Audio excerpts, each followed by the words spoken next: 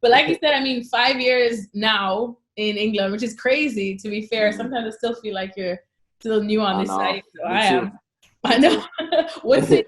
too. How would you describe, I guess, your ride now? Obviously, you've been at Sunderland, Spurs, and now Newcastle, which has, I suppose, become more of your home away from home now. Yeah. No, it's been good. I mean, I think, this experience, I've learned a lot about myself. And I think I've learned things about myself that I wouldn't have learned if I wouldn't have come over here. I think one of the things that people that haven't experienced something like this before, I'm talking about going at a young age, moving to a different country, in a professional environment. I think one of the things that people fail to realize is that like 20% of that is actually getting used to the football part of it. Like 80% of it is getting used to life. You know what I'm saying? So that's why you see players that, are unbelievable players that go to different countries and they don't work out in that countries because it's most likely because they haven't transitioned to life well, which is a pretty hard thing to do, especially at a young age. So that part of it, I had to grow up really quickly, which ultimately made me a better person, and made me I think, it's helped me a lot. But in the moment, it was like very tough. You know what I'm saying? Being away from family, only be able to see my family like during the summers, or, my grandparents would come over and visit and stuff. But there's parts of it that are tough that I think a lot of people don't see because a lot of people are blinded by the money aspect of it, which obviously is an unbelievable aspect of it as well. But I think there's a lot more that goes into it that that people don't realize. So how did you deal with it? Because obviously we spoke to Jack Harrison just last week, and he told us how, he had to delete Twitter when he came back here, and he's from here. So, you'd think he'd be obviously slightly used to it, but he said it's just a complete jump from MLS, and mentally speaking. So how did you, I suppose, cope with it? Yeah, it was actually quite tough for me in the beginning. I mean, there was times where I was like, this is too much. You know what I'm saying? The jump from MLS here in all aspects of it, not just the football aspect. That, of course, was also quite tough because in the first, 6 months, I played 12 minutes at Tottenham. You know what I'm saying? And that's coming from, being this, this kid with crazy potential. There's in the World Cup, you know what I'm saying? That, was, killing the MLS, all this kind of stuff. And then you just go and you hit like a wall. You know what I'm saying? There was times I remember being in my apartment thinking like I can't do this. I want to go back, this and that. And I think that's what kind of, because, obviously when I went from Tottenham to MLS, it was like financially, it was a huge jump for me. And, I thought, that's it. But that just goes to show that money is not everything, because I was much happier, you know what I mean, making whatever I was making at MLS, which is much less than what I was making at Tottenham. But because life wasn't, you know what I mean, giving me what I needed, I was depressed. So, it's a very tough, like, first 6 months for me. Then when I got to Sunderland, it got a little bit better. And then, I hit a wall again. And then I was like, you know what, like, I can't be on loan and not playing. You know what I'm saying? Like, I just can't do it.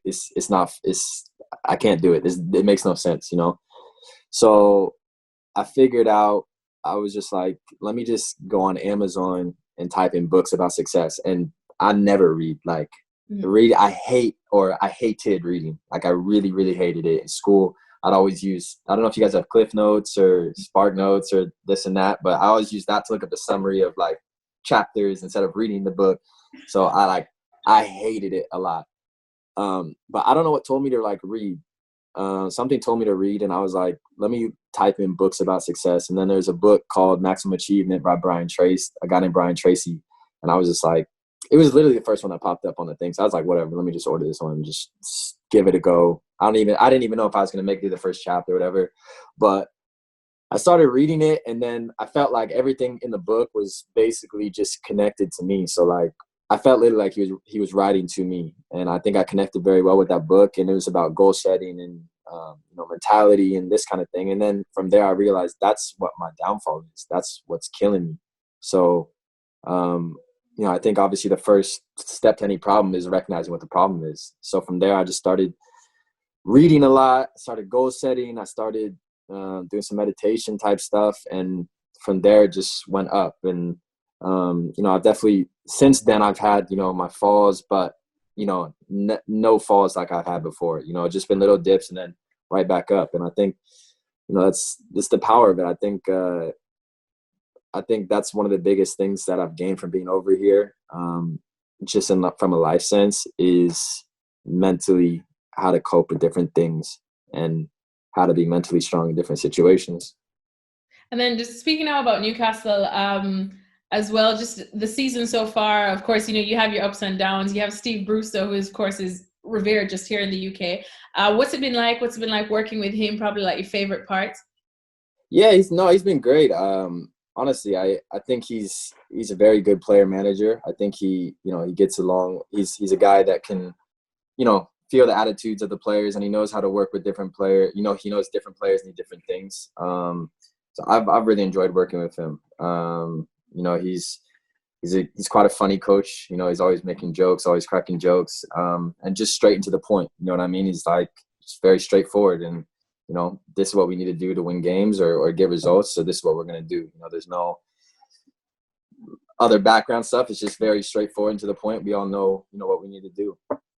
And then now that you have this break, of course, again, we've spoken to countless footballers during this break, and they've all said that they're just willing to do whatever it takes to finish the season. If you have to play back-to-back matches, that's fine. Although we spoke to Ayoze Perez and he says you have to do it responsibly because, injuries and all that stuff can go on, and the fact that you guys haven't, been able to be match fit now. Yeah. So how do you want to see this all resolved? Because like you said, the incentive is big here. There's promotion and relegation going on. Yeah.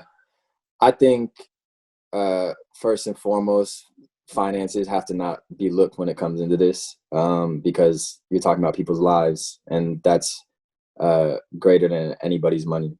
So that's first and foremost. So, obviously as a player, you want to get back playing, and you'd love to see the season finish. But if it's not right, if it's not the right circumstances and people's health are coming into it, then you can't do it. I think, there's really nothing else to be said about it. It's quite simple. We all